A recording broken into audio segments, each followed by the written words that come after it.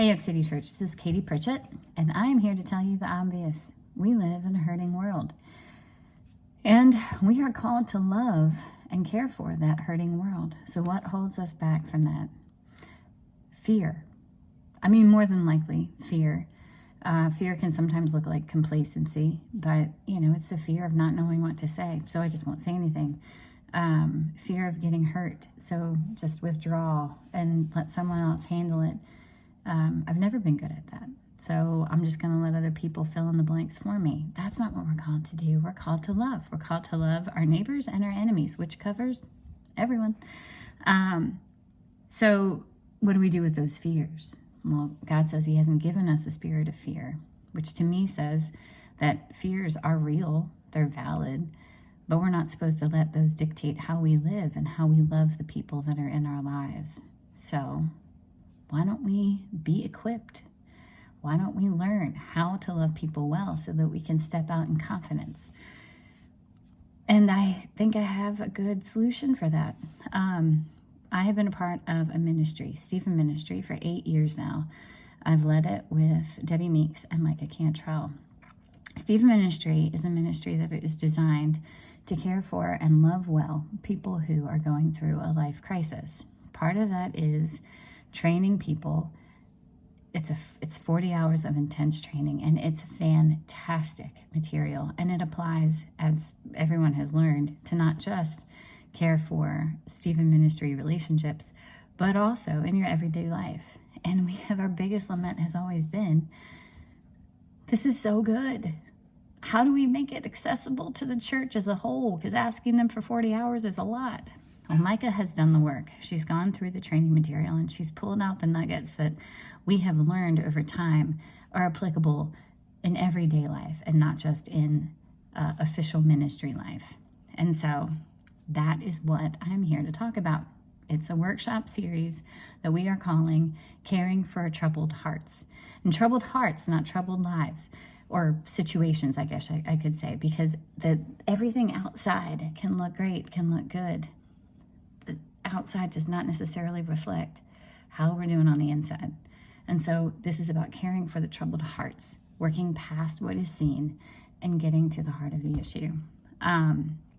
Now, specifically, February 6th, which is in a few weeks, Mike and I are going to be doing the first of a series of workshops. It will be once a month for 2 hours after church.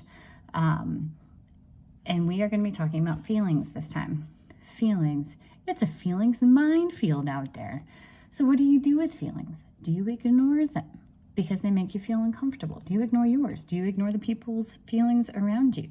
Do you just ignore other people entirely because feelings scare you? Do you try to persuade people to feel differently? Do you try to convince them that their feelings are wrong and they should go a different way because their feelings aren't valid, but yours are? Do you just keep your distance from difficult feelings because you're afraid you're going to get sucked into a situation that you won't be able to get out of? This workshop handles these situations and provides tools to help you work through them and step into those conversations, situations, relationships with confidence and compassion to care and love them well and hopefully minister to their hurting hearts. Now, this is one of a number of workshops. If you can't make it to this one, that's okay. You can go to any of the other ones because we're going to have them throughout the year, once a month, like I said.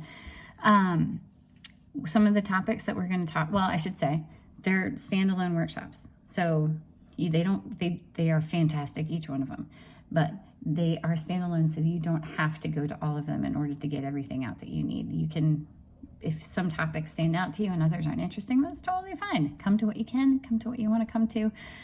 We'd love to have you at all, but we understand that's probably not practical. Certain topics that we're going to talk about the art of listening. Are you actually listening? Or are you just being quiet and waiting your turn to talk? How do you care in a distinctively Christian way?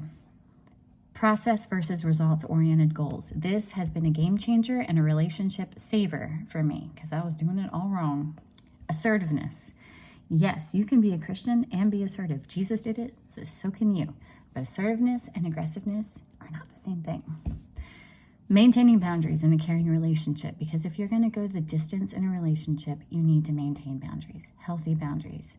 We're going to talk about, what do you do with someone who's having thoughts of suicide? Yeah, because this is real life.